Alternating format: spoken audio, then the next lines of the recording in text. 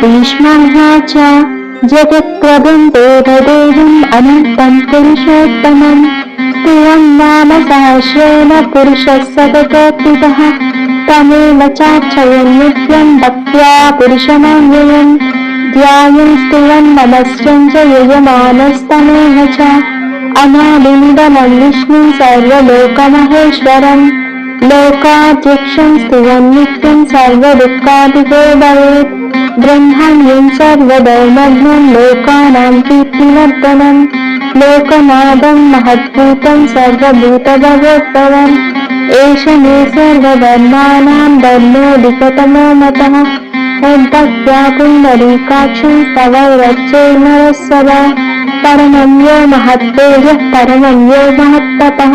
परमं यो महद्ब्रह्म परमं यः परायणम् पवित्राणां पवित्रं यो मङ्गलानां च मङ्गलम्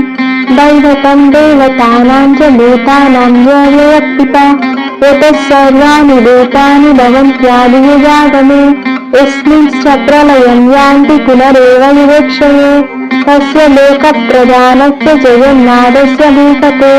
विष्णोर्नाम सहस्रं मे श्रुति पापभयापहम् यानि नामानि गौणानि विख्यातानि महात्मनः ऋषिभिः परिगीतानि तानि वक्ष्यामि भूतये विष्णोर्नाम सहस्रस्य वेदव्यासो महान् ऋषिः छन्दोनिष्ठुप्तया देवो भगवान् देवकीसुतः अमृतां सूर्धयो बीजं शक्तिर्देवकीनन्दनः त्रिसामाहृदयं तस्य शान्तर्देविमुच्यते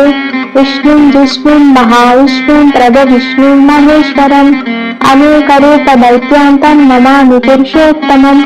अस्य श्रीविष्णोः दिव्यसहस्रनामस्तोत्रमहामन्त्रस्य श्रीवेदव्यासो भगवान् ऋषिः अनुष्ठितछन्दः